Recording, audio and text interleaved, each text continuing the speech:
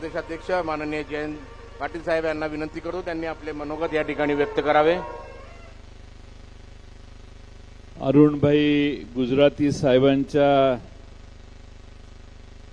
नेतृत्वाखाली आजची सभा होते।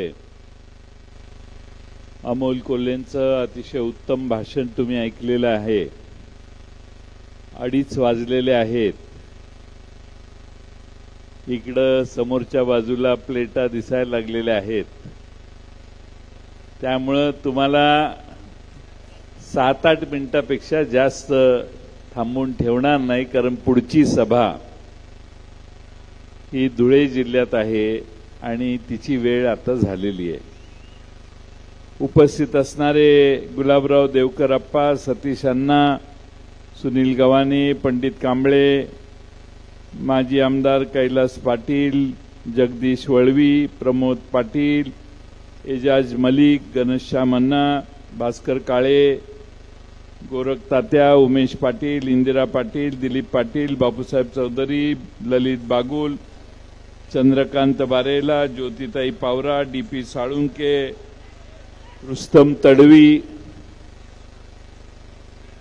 त्यांना जायचे त्यांना जाऊ दे, भूक लागली। कार्यकर्त्यांना विनंती आहे कोणी उठू नये आणि 5 मिनिटात त्यांचं सर्वच मान्यवर बंधू आणि भगिनींनो, आपल्या सर्वांना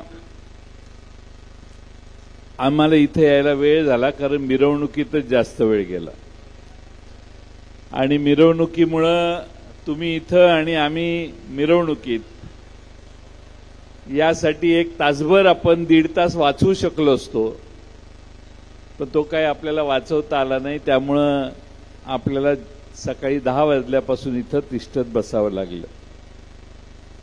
सकाळी इथं एक पथनाट्य झालं। तुम्ही होता का सगळे पथनाट्य बघायला? किती जणांनी सकाळचं पथनाट्य बघितलं? बऱ्यापैकी लोक होते।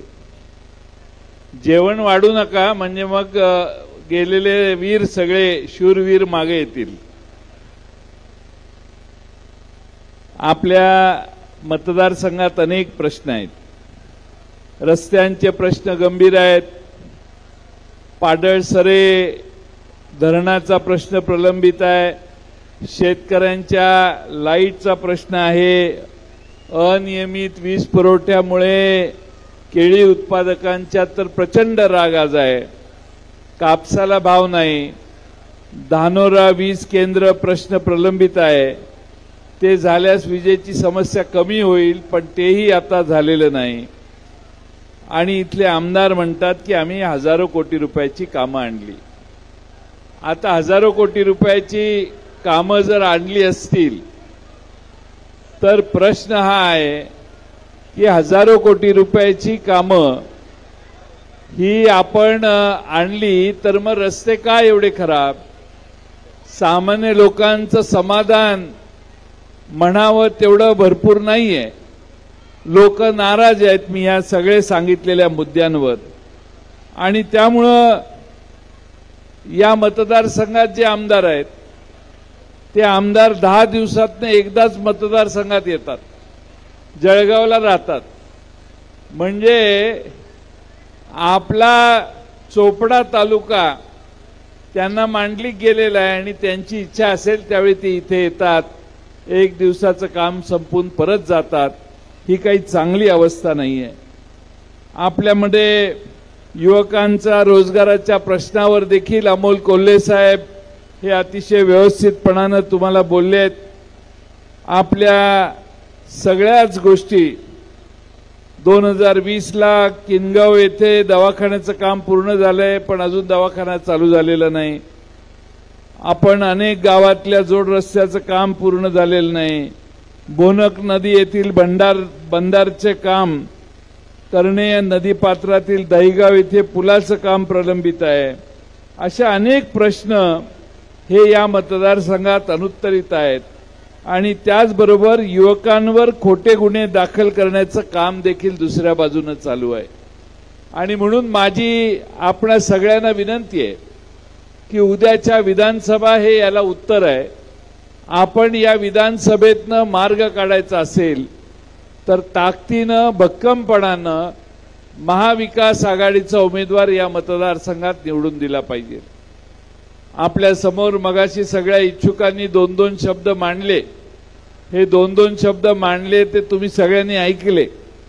पक्ष महाविकास आघाडीचे जागा वाटप ज्यावेळी पूर्ण होईल त्यावेळी उमेदवार घोषित करेल. त्यामुळं महाविकास आघाडीच्या जागांचं वाटप या 2-3 तारखेपर्यंत पूर्ण होईल आणि त्यानंतर आपल्याला सगळ्यांना काम करायला सुरुवात केली पाहिजे.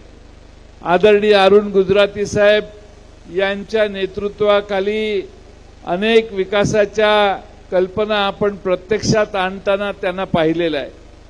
वय वर्ष 83 झालं तरी अरुणबाई आजही थकलेले नाहीत आणि कोणतीही पक्षाचा कार्यक्रम असो, जबाबदारी असो, पवार साहेबांचा प्रश्न असो, त्या ठिकाणी अरुणबाई धावत जाऊन त्या ठिकाणी सर्व कामात उपस्थित असतात, आपला वेळ देतात आणि संघटनेतल्या नव्या पिढीला प्रोत्साहन देतात.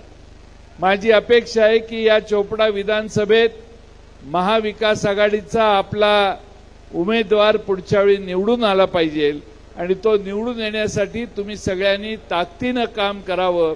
अरुणबाईंच्या नेतृत्वाखाली इथला आमदार जर निवडून आला तर आपल्या सर्वांना खऱ्या अर्थानं विकास पोचेल.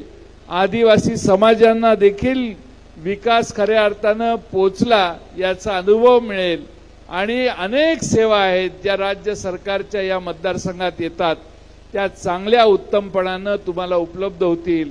मी आपल्या सर्वांना विनंती करेन की आपल्या पक्षाचं चिन्ह तुतारी वाजवणारा माणूस आहे. लोकसभेला हे चिन्ह पोचवायचा प्रयत्न आपण केला पण आपल्याला फारसं यश नाही आलं. पण विधानसभेला मात्र इथल्या स्थानिक आमदारांच्या विरोधातला रोष संघटित व्हावा आणि विधानसभेला आपल्या महाविकास आघाडीचा उमेदवार निवडून यावा एवढ्यासाठीच आपण सगळ्यांनी प्रयत्न करावेत अशी अपेक्षा करतो आणि माझे 2 शब्द पूर्ण करतो. धन्यवाद. सर्वांना शांततेने जेवण मिळेल. कृपा कोणी गर्दी करून जाऊ नये. माननीय जयंत पाटील साहेबांना विनंती करतो. डॉक्टर आत्माराम बावजी महाजन पिलकोड या समाजातील सर्व घटकांना सोबत घेऊन पक्षाचे राष्ट्रीय